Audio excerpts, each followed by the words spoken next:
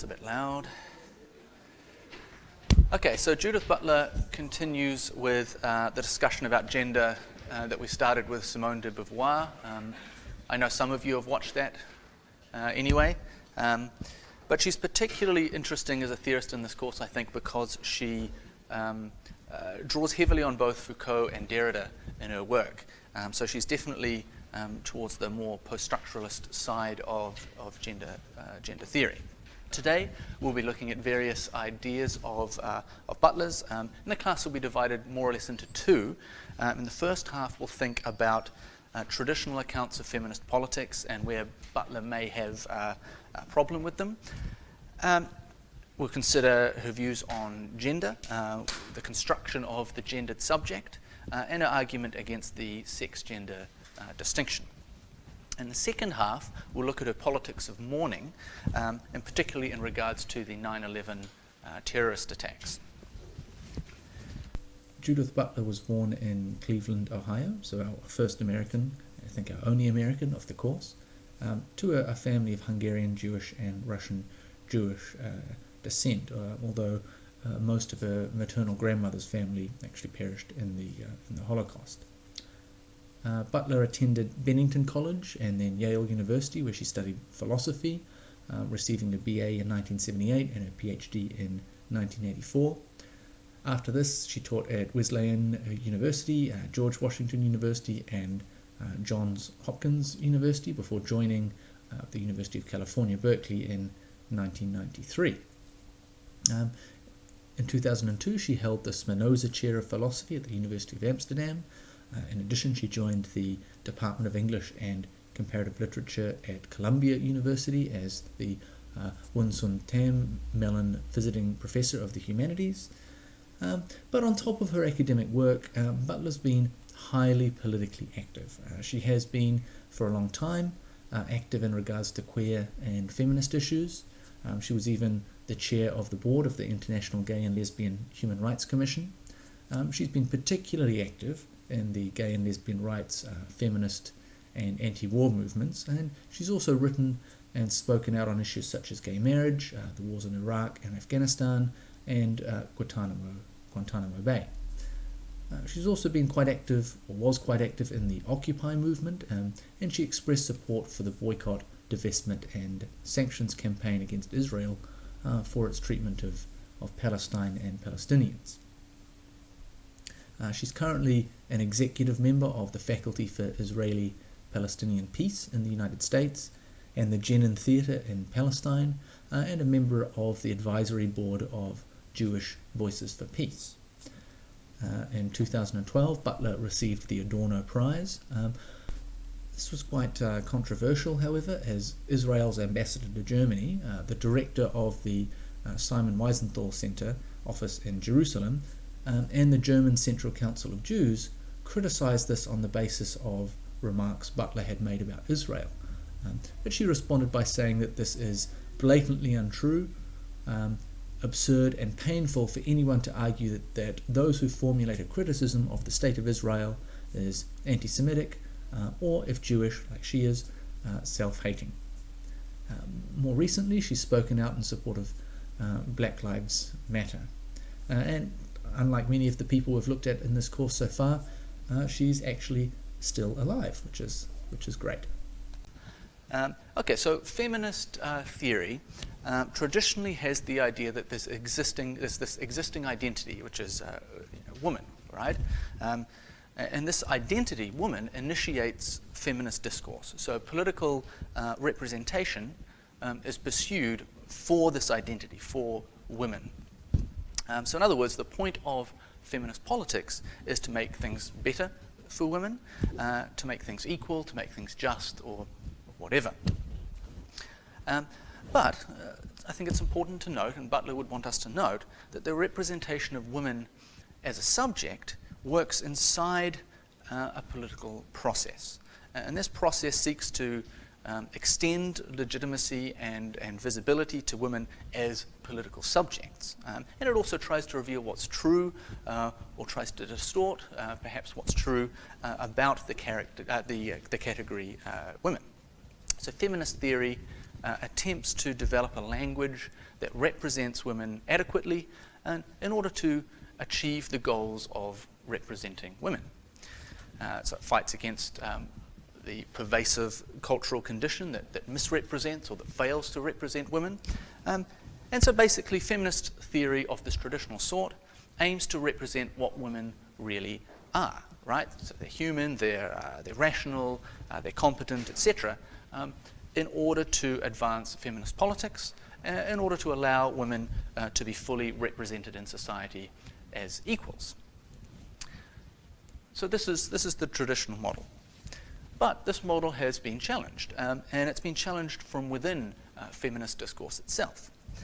So the idea of women as a stable category, as a clear subject, maybe is now being taken to be no longer quite as clear as we once thought. Now, part of this criticism questions the idea of the subject as the ultimate category of representation. So, in other words, it questions whether there are stable categories, whether these categories really exist, that subjects can be a part of. So in this way of theorizing feminist politics, there's not much agreement about what constitutes the category of women. Now the idea here is that you need to qualify as a subject before you can be represented. And the discourses themselves set out the criteria for what counts as a subject. So touching on Foucault a little bit here, in representing women, these categories, these structures produce that category to begin with. So when we merely represent women in feminist politics, we actually create women as subjects to begin with. So mere representation is itself a part of forming and defining and reproducing this category, women. So in other words, the subject of feminist discourse is actually discursively constituted. So again, this is Foucault here, by the political system that's supposed to emancipate it. So traditional feminist political theory, it aimed to represent women, but in doing so, traditional theory actually constructs the category that it's trying to represent. And we'll go into this in a bit more detail. Now you might think all of this is not much of a problem. So what if feminist theory constructs this category, women? But this, of course, it does become a problem if the system that constructs it, or in which it's constructed, produces gendered subjects along differential axis of domination. So, in other words, in trying to emancipate women, the category women is produced and reproduced and reinforced, and this category itself is part of the structure in which women are seen as inferior. And this is perhaps also a little bit like Derrida, if you recall. So we have these dichotomies in which one term of the dichotomy is dominant. And if feminist politics constructs women as part of this dichotomy, then feminist politics itself is reproducing these relations of domination. It's creating and reinforcing a dichotomy in which one category is going to be dominant over the other. And that's pretty clearly, I think, a problem. So the more you try to emancipate women, the more you reproduce this category, women. And this category, women, always exists and is always understood in relation to the category men. And so this distinction, this division, is always going to be to the detriment of women. So Butler's kind of feminist politics points out that in trying to emancipate women, you actually end up reproducing the structures of domination that you're fighting against. Now, because of this, the question of the subject is really, really crucial for politics, and it's really crucial for feminist politics in particular. Any time subjects are produced, there are various aims, right? Things are legitimated and certain things are excluded. So the way that subjects are produced also becomes invisible once these structures are taken to be foundational, once they're taken to be basic. So juridical power, right, the power to say that certain things are okay and certain things are prohibited, in the context of feminist theory, claims to just represent women. So, for example, it provides rules about what you can and can't do to women, or what women can and can't do themselves. But in doing so, it creates the subject, it creates the category women that it claims to be merely representing. But then it hides the fact that it's done this. It hides the fact that it's created this category and pretends that women is just a natural category that we can just work with unquestioningly, that just exists in the world. So according to Butler's kind of post-structuralist feminist politics, feminist critique needs to do two things instead of just one thing. So first, like traditional feminist theory, it needs to try to more fully represent women in language and in politics. So it needs to represent, it needs to fight for equality for women, for example. But it can't just do that. It can't rest there. If it did, it would, as I've discussed, end up kind of unreflexively reproducing the categories on which women's disadvantage ultimately relies.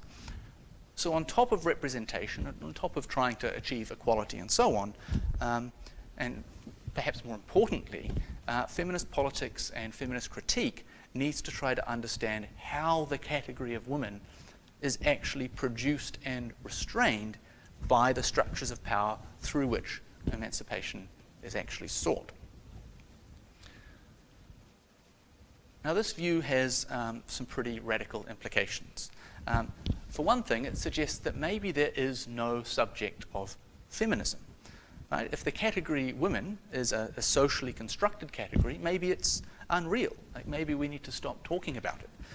Maybe there is no one who stands waiting for the law or for language to adequately represent them. Because after all, right, the subject women was created in the first place by the very law that tries to give this subject legitimacy.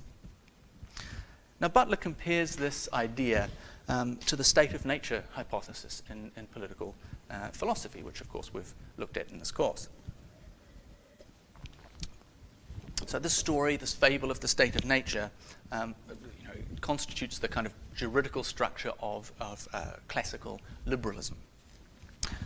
So in the state of nature hypothesis, as you know, there are these fully formed people, and they decide together that in order to avoid this solitary, poor, nasty, brutish, and short life that Hobbes describes in his work, they freely consent to be governed.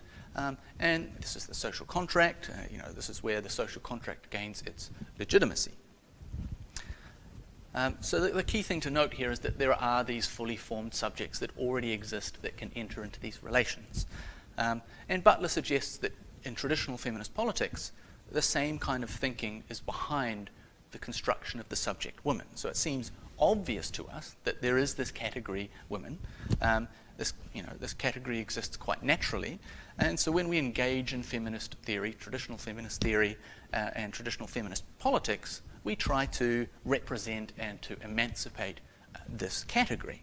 But Butler says, no, this is a mistake. This way of thinking is a mistake, because the category itself is created by juridical power, by the juridical power, by the law that seeks to represent it to begin with. So it doesn't just exist. This category isn't this thing that just exists in the world waiting to be emancipated. It's created by a whole regime of knowledge power.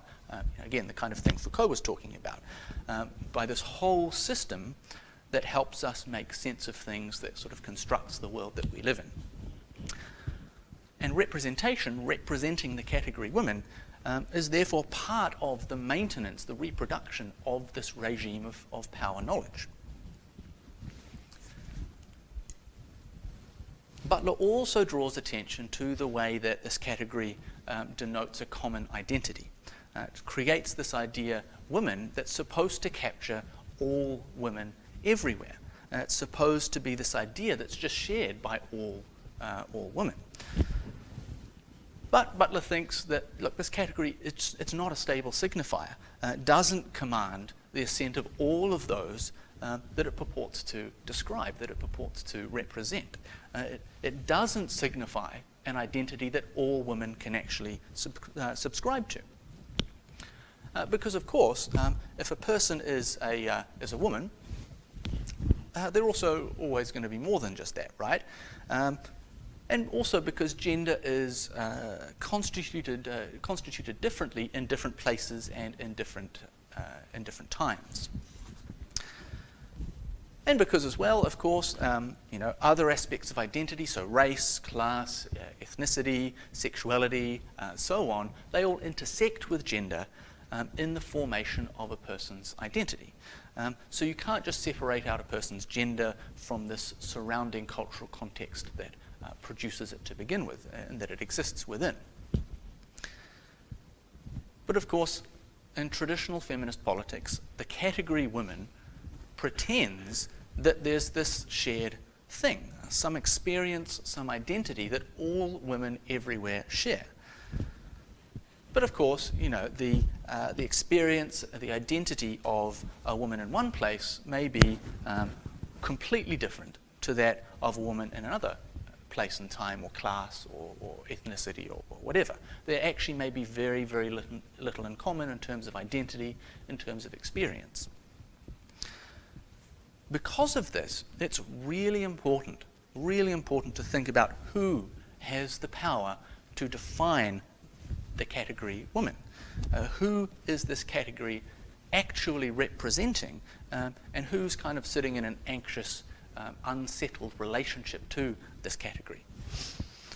So there's this idea, right, that there's this universal category of women, that this category exists cross-culturally, and that often, the oppression of women is this universal and kind of singular thing, because perhaps of a kind of a universal, singular, patriarchal, hegemonic kind of structure. And Butler says, no, this is not correct. This is not the way the world is. For Butler, this presumed universality and unity of the subject woman actually generates multiple refusals to accept the category. And again, this is another thing that relates quite directly to Foucault.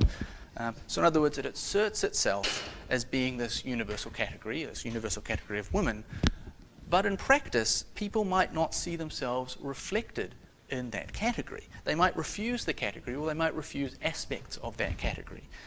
They may not think that that category adequately represents them and their experiences and their identity. And in these refusals, in the times where people say, look, hold on, you're talking about some women, not all women, we can see the way that the construction of this category coerces and regulates people's identities. Because the category is saying, look, this is what it means to be a woman. And if you're not like this, you're not a real woman. And this is true, this still happens even when the whole point of this category is to emancipate people. So I guess in essence, feminism of this traditional sort kind of risks failing at its very own aims. It refuses to take account of the way that itself takes part in the construction of the category women, and in doing so, it fails to see the way that this construction includes some people but excludes other people, even when it's claiming to try to represent women universally. Now, Butler, of course, she acknowledges that it's impossible to move away entirely from representational politics. So she says that the juridical structures of language and politics constitute the contemporary field of power. It means there's just no way to get outside them. You have to engage with these sort of juridical structures of power and knowledge. But one thing we can do is try to understand the genealogy of how this category is constructed. So we can understand or try to understand how this category came to be to begin with.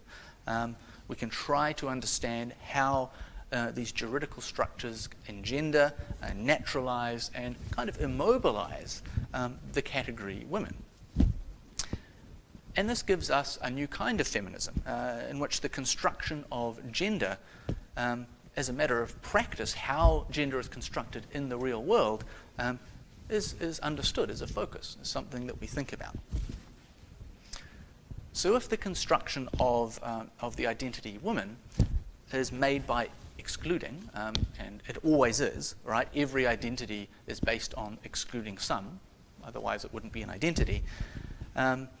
So if it's made by excluding those who don't fit these unspoken requirements of what counts as a woman, then by appreciating this, by appreciating the genealogy of the category, we can become aware of the relations of domination and the relations of exclusion that are actually sustained and reproduced when we engage in this kind of representational politics.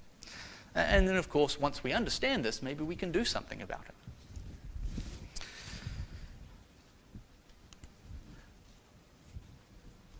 However, the unity of the subject women has often been made in terms of the distinction between sex and gender, which is what? So what's the sex-gender distinction? What's this distinction traditionally taken to entail? I'm sure you've all come across it before.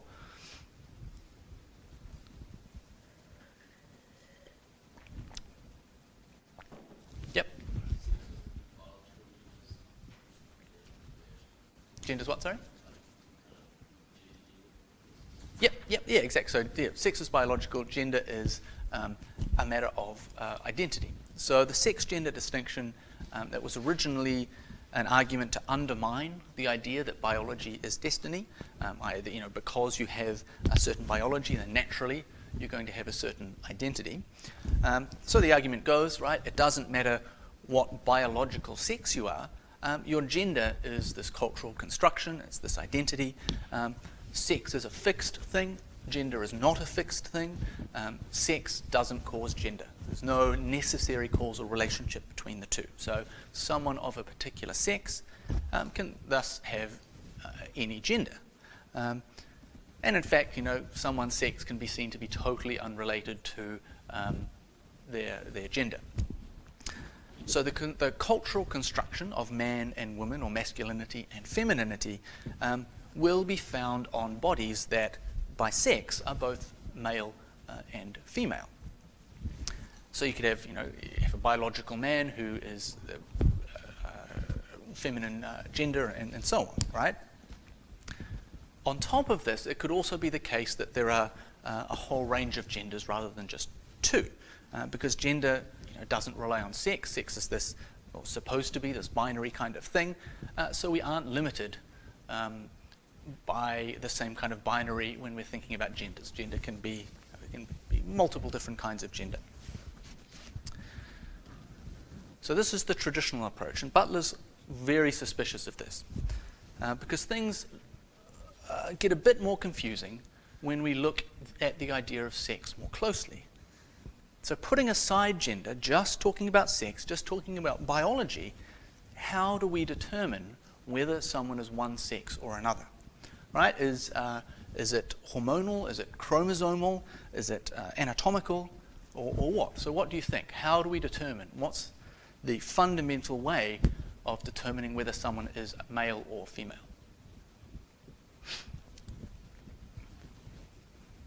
Yep. Your genitals? So yeah. Okay, yeah, so anatomy. Okay, does everyone agree with that? So why, I guess? The question would be why, for one thing. And to push it a bit further, these things, they do come apart. And so the question is, why do we want to draw attention particularly to genitals? Because often people say, look, it's XX or XY, chromosomes. Surely that's more important than genitals, or the hormones you have. If you've got testosterone, a certain balance of testosterone versus estrogen and so on. So there's no clear reason why we identify anatomy as the particularly important thing here, when all of these things tend to be taken as kind of a package. Do you want to say something? Or?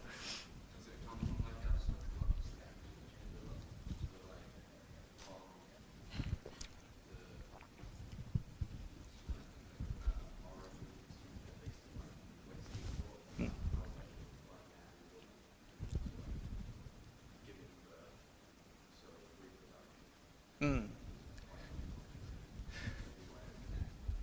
Yeah, I mean, that's you could very well be right. But what that points to, right, is that it's not something that just naturally exists in the world, that we're drawing attention to certain characteristics for social reasons. So exactly.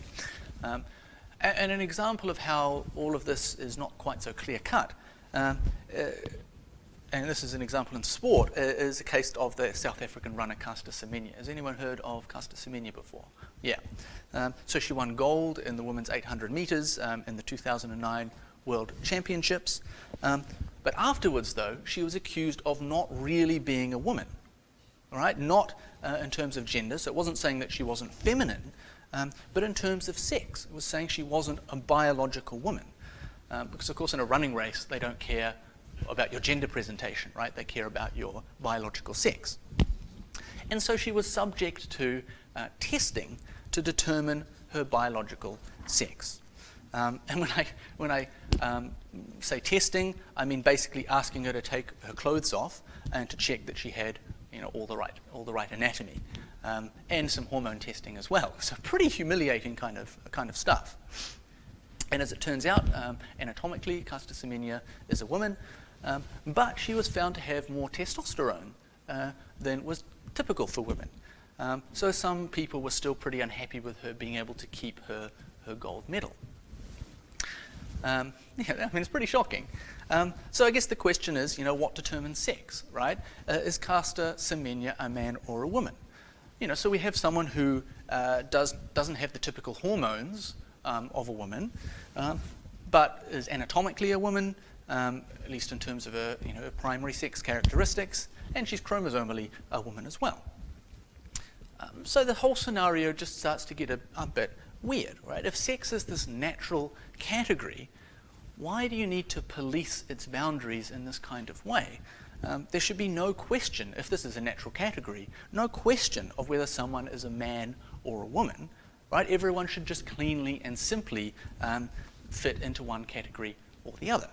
You don't police the boundaries of the natural. The natural is the natural. That's the whole point. You don't need to police it. Something is just naturally one thing or it's another thing. There should never be a worry about whether someone is truly a man or truly a woman if these are natural biological categories. Yet these features, these natural features of being a biological man and being a biological woman, they seem to come apart in practice, right? And this causes some people a lot of anxiety.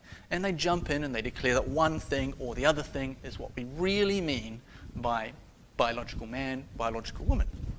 But again, why? Why draw attention to these particular characteristics? I mean, a lot of the motivation seems to be to maintain the fact that we have these two categories. That's the purpose of it. But that's not a kind of a neutral activity. That's quite an interested activity. It's I'm anxious about the fact that these categories don't seem clean, and so I'm going to jump in and define them in such a way as that they become clean again. But we do need to ask, what makes any of these factors more important than any of the other factors? Of course, there are further complications. So pre-operation transgender people, post-operation transgender people, intersex people. Like what do we make of pre-op transgender people? So pre-op transgender people have, unlike Semenya, they've got the right hormones, but they don't have the right anatomy that matches their biological sex, nor do they have the matching chromosomes, right? Of course, in the case of post-op transgender people, they have the right hormones, they have the right anatomy, but they have the wrong chromosomes. And then, of course, there are intersex people. Intersex people refer to people who don't have XX or XY chromosomes, so they usually have an additional chromosome, so they might have XXY, for example. Now, intersex people may or may not have the right hormones. It sort of depends on the case. They may or may not have the right, again, in air quotes, the right anatomy. That kind of also depends.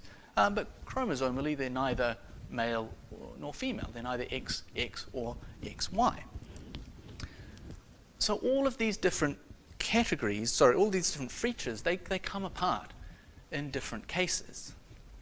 And when we try to put everything back together again, we end up forcing things to fit so that we can keep this binary framework of biological sex. Or another strategy is just to exclude the cases that we find troubling and say, let's just not think about those. So Butler suggests then that what we term the natural facts of sex are themselves constructed culturally. There is no natural category, woman or man, that we can point to in the world. So thinking about this in the terms we used earlier, we shouldn't think of gender as to culture as sex to nature, right? The idea of gender is that which produces sex as pre-discursive.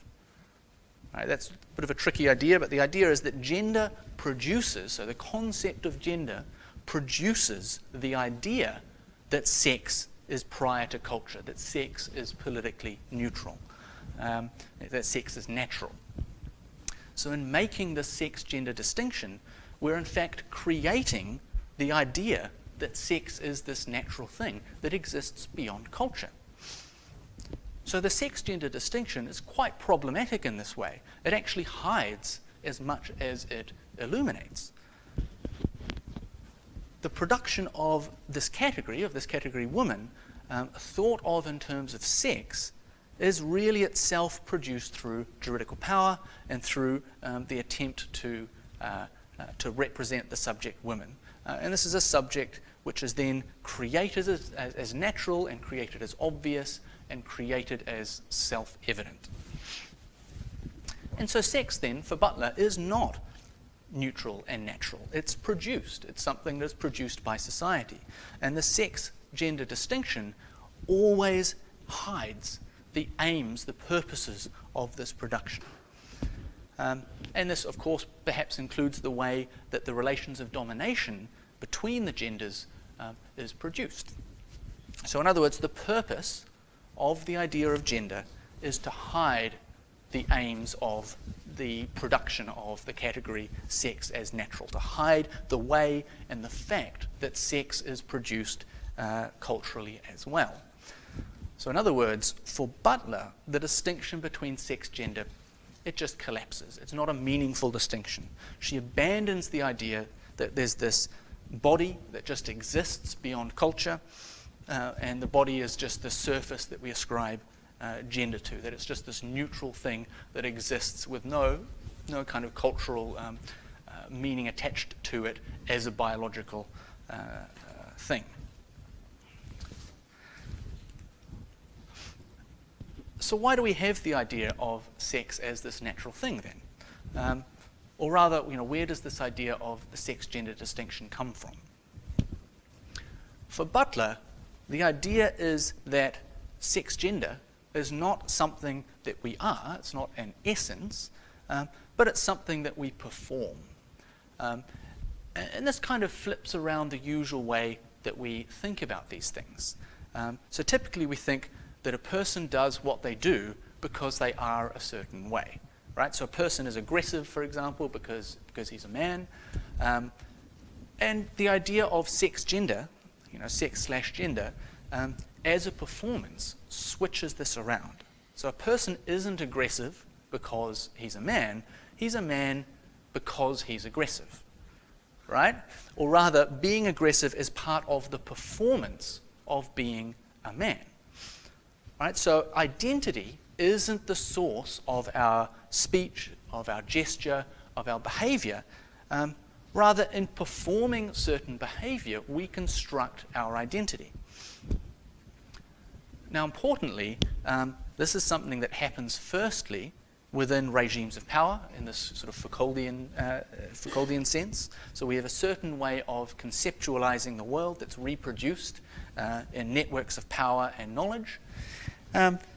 So for instance, we have the idea that people are male or female, and in order to be socially intelligible, in order to make sense to other people in society, you have to be one or the other. Right? So one has to perform biological maleness and biological femaleness so that other people can make sense of you within the shared conceptual system, the system that we all share for understanding the world, how it works, how it's ordered. If you don't, if you escape people's ability to categorize you, then we can't include you in society because you don't fit anywhere. You don't have a place in that system, in that order. But of course, in performing maleness or performing femaleness, you're also reproducing that very system of categorization. So you perform, let's say you perform maleness because of these regimes of power knowledge, because if you didn't, you wouldn't fit into society. So there's a really strong incentive to perform maleness or to perform femaleness in a way that people are comfortable with. But of course, in performing maleness, you then reproduce maleness, this kind of categorization from moment to moment over time. So it's this kind of ongoing, constant process of reproduction. So you've got the system forces you or encourages you to perform identity in a certain way, and in performing that identity in a certain way, you then reproduce the system in turn.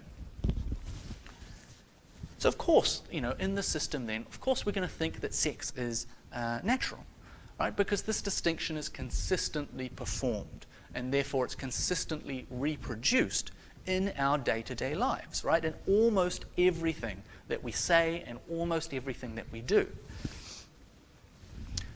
So the basic idea then is that Butler thinks that sex gender is like an act that's been rehearsed, right?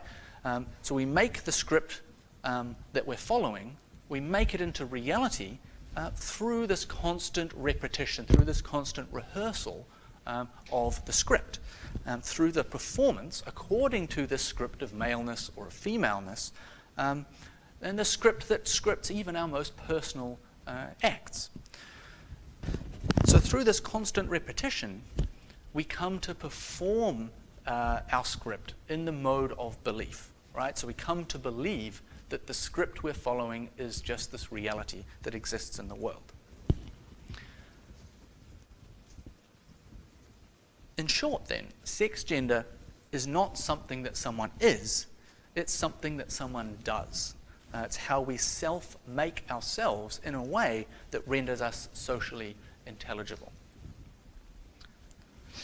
Of course, though, if our identity is performance, right, and if our identity has to be constantly reproduced through this performance, then this actually opens up possibilities for change, because we're never a woman or a man. We're always in the process of becoming a woman or becoming a man through the performance that we're giving at any particular time. And because of this, there are always going to be fissures or gaps or fractures or instabilities of subjectivity. There are always going to be things about us that don't quite fit the performance that we're expected to give. So there are always going to be gaps in the performance. There are always going to be places where we don't quite get it right, where we kind of go off script, and we destabilize the subjectivity in some small kind of way. Yep. Why do you use the word for the process of becoming? What does that mean? Does that mean we never get it? So it means if we're performing it, right, then we're becoming it through our performance. But this performance is an ongoing thing. So it contrasts the idea of identity to that of an essence. So if you have an essence, you are a certain thing, and the way you act is because you are that thing. If you are, if identity is performance, then it's never a finished project. It's always something you're doing right now. So it's not a be, it's it's sort of a being or a becoming. It's like a progressive thing. There's no expectation that you'll ever reach. Becoming makes it sound like. No, there isn't. I mean, we identify each other by sex gender in our daily lives because you're performing. But that performance is not something that happened in the past, that performance is something that's happening right now. And so that's kind of what it wants to draw attention to. Make sense? Yeah.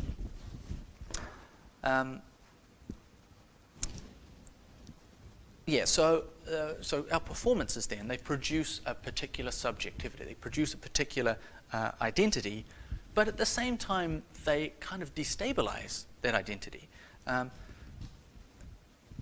Previously, we could talk about the stable, essential identity, this kind of subjectivity that exists naturally over time. But if that subjectivity is constantly reproduced from moment to moment in our performance, well, then that subjectivity is no longer quite so stable. It's no longer something that we can count on. It's something that can be disrupted through the way we act. So this idea of performativity helps us to understand how subjects are produced as natural. So they're produced because we follow the script so many times that we come to believe that it's just this thing that exists in the world, that we are the script. But it also helps us to understand how this production of subjectivity can be undermined and destabilized through these fissures, these gaps, these fractures, the ways in which we act in ways that don't perfectly match the script that we're expected to follow. Okay, so now we can apply perhaps this idea of subjectivity to international relations pretty directly. I think we can perhaps think of the state as performance, right? We bring the state into existence by performing the state's existence, right? The state is nothing more than the practices that constitute the state from moment to moment. The state is not then this thing that just exists in the world naturally. Now, of course, we perform the state like we perform sex in a way that makes it seem like it's just this part of reality, right? It seems like this thing that we're observing. It seems like this thing that exists already in the world, that exists pre-discursively. And this is certainly how realism understands the state. So realism says, no, the state's this thing in the world and we're going to understand it and blah, blah, blah. But, the state is something that is the result of certain power relations, certain discourses of power that encourage us to perform the state in a particular way. There's no such thing then as the state as this final object in the world, right? So it's something that is reproduced from moment to moment. So in the same way that we're always in the process of becoming a man or a woman, the state itself is always in a process of becoming. It's being reproduced by performance from moment to moment. And again, that means the state is not this final thing. It's forever closed off from our ability to resist or to re-signify or to modify. And so if we denaturalize the state, right, then through these fissures, through these gaps, through these fractures, through these instabilities in our performance of the state, we can make it other than it is. So we're not just subjects of the state, we're not just subjects of the sovereign, we're also agents who construct the state, right? And as agents who construct the state, we're able to re-signify the state. We're able to change it, we're able to modify it. Maybe not in drastic ways, but we all have that power because it's our power that creates the state to begin with, therefore it's our power that can change it. Now, the other thing I want to discuss in the context of Butler is her politics of mourning. Now, the primary reading gives, I think, a pretty good outline of this idea in the context of 9/11. And the basic idea here with the politics of mourning is that contemporary politics is kind of predicated both on the desire to know, to understand, as well as the belief that we can know, that we can understand, that we can understand the things that happen in a definitive kind of way. And the reading discusses the way in which, in the context of the war on terror, the reading discusses this in the context of the war on terror and the way that facts are signified, the way that they're known, right? And this war on terror is a really important application of this idea, and it's one that's well worth discussing in tutorial if you're interested, so do ask questions on this. Today I'm going to skip over this idea though and discuss it instead in reference to the the politics of mourning and this desire to know definitively in the context of 9/11, September 11. Okay, so the basic idea is that for Butler, it was in the early moments of the 9/11 attack that we were at our most human. And the reason for this is that at that time, we couldn't make sense of what was happening. The events at that time did not have any meaning. Rather than understanding the events, understanding the meaning of the events, those affected by the attacks responded in grief, they responded in confusion, they responded in uncertainty, they responded in horror. But this kind of uncertainty that Butler thinks is very, quintessentially human is quite difficult, right? The state of being that's open and vulnerable, that's human, opens us up to the precariousness of life. So through this vulnerability, those affected by the 9/11 attacks, and perhaps this includes the US as a whole, and maybe beyond the US, through this vulnerability, people were able to mourn the attacks. But they weren't mourning these attacks in an abstract kind of way. They were mourning the attacks in a concrete kind of way. So this openness, this vulnerability, this appreciation for the precariousness of life, it allows us to mourn those who are lost, whether they're people that we know or whether they're people that we don't know, in their concreteness. We mourn them, as people. We mourn the loss of their lives. We mourn the suffering of the people who have been injured, and we mourn the suffering of the families of those who were killed in the attacks.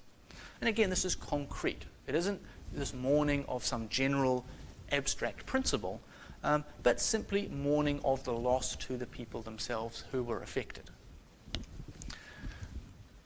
But she thinks, though, this kind of mourning was possible early, but it was foreclosed very quickly after the attacks.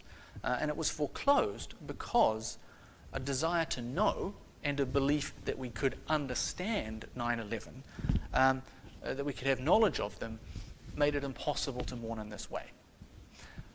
So for Butler, our knowledge of the attacks marked the official end to the emotions of grief, the emotions of confusion, the emotions of uncertainty and horror that are so central to what mourning really is. So instead, the public were given this narrative. They were told, look, 9/11, it's an attack on America, right? And this had the result of abstracting and distancing people from this deeply traumatic, heart-wrenching, and profoundly intimate series of events.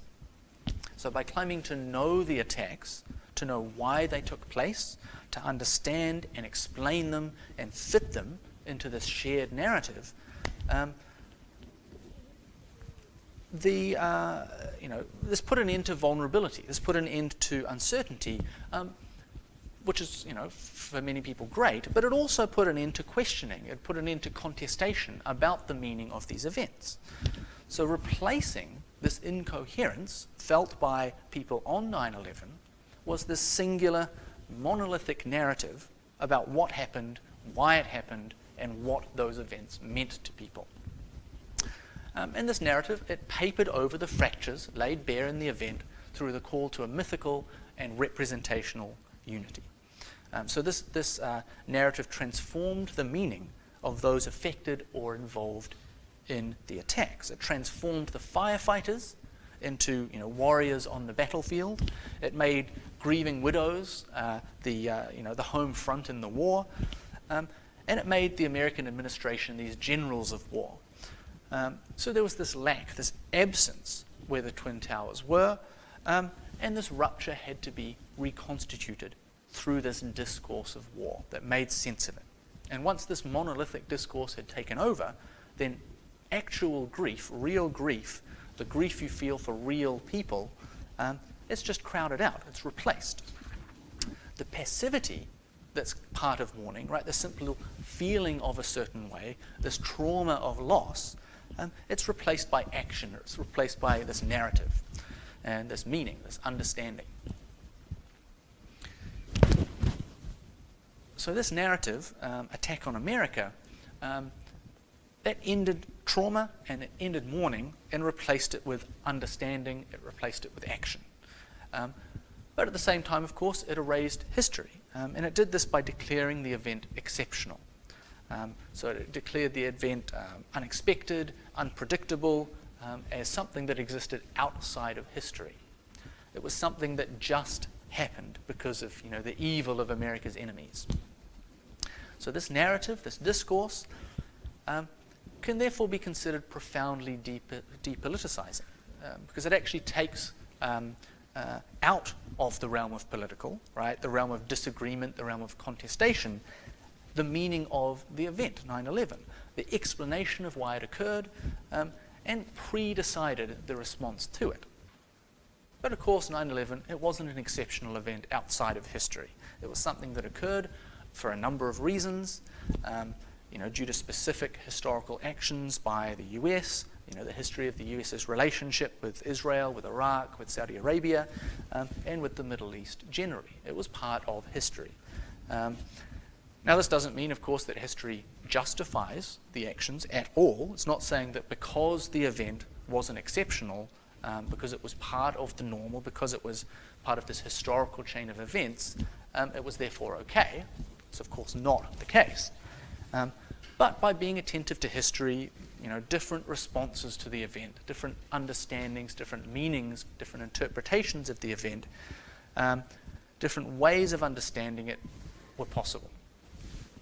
So this Attack on America discourse, it precluded all of these possibilities, all these alternate ways of understanding and making sense of the events, all the ways that we can and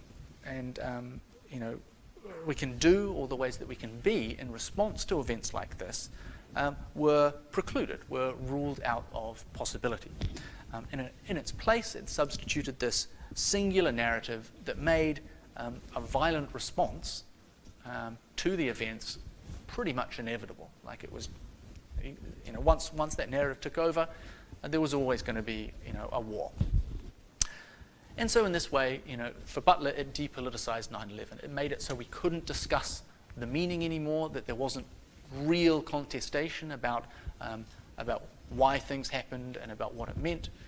There was just the singular narrative that papered over everything for the purpose of removing uncertainty, for the purpose of removing our trauma. Now, of course, you might say that actually, mourning and grief were this, this constant part of the response to 9/11. That was this ongoing thing where people were grieving and people were mourning, and we saw it on the TV all of the time. But Butler's going to contest this. And she'd do this by contrasting the idea of mourning with the idea of melancholy. So mourning, she thinks, is a response to a real loss, whereas melancholy is a response to an imagined loss. So when people mourned the heroes who were lost in the 9/11 attacks, right, when they grieved for the loss of America's imagined sovereign power, when they grieved the loss of a particular representation of the American self, for Butler, they were actually engaging in melancholy. They were grieving about this abstract thing. They weren't grieving about the real lives that were actually lost in the attack. Butler thinks then that mourning, that real mourning, not melancholy, is a necessary part of true politics. Those who were killed in the 9/11 attacks, by being made into heroes, by being subsumed into this narrative of attack on America, and engaged with on the basis of melancholic grief, were made to justify and legitimize the acts of war of the United States. So they were made to speak for the state and to speak for the state's projects. On the other hand, by attending to those who died on the basis of trauma and loss and mourning, we don't forget them. We don't replace them with heroes. We refuse to remember the events the way the state demands we remember the events, the way the singular monolithic narrative tells us to remember them. So politics then for Butler, real politics, politics in which the meaning and understanding of events is actually open, is actually contestable, is not foreclosed by a monolithic discourse, requires mourning. Because mourning gives us this keener sense of life, a sense for real, concrete loss that's necessary if we want to oppose violence. So if you feel violence, if you feel that vulnerability, that precariousness of life, the trauma of violence, then responding with violence is the last thing that you want to do. Engaging in melancholy, on the other hand, abstracts away from the real loss and trauma and instead grieves for the abstract. And it makes violence an obvious and natural response. Now Butler, she acknowledges, of course, that this is all quite difficult because melancholy and the kind of melancholic or monolithic discourses that usually surround us, it gives us security. We can gain understanding and we can gain the ability to act with confidence that our response is the right one. And mourning, by contrast, of course, keeps us vulnerable. And it's hard to choose vulnerability over security. But Butler thinks that if we aim to participate in politics, or in a politics that makes life livable, instead of the sovereign politics based on violence and on kind of a profoundly uninhabitable and unlivable life, then she thinks this is a choice that we have to make. Okay, let's finish there. Next week we're looking at psychoanalysis. We're starting off with Julia Kristeva and moving on to Franz Fanon.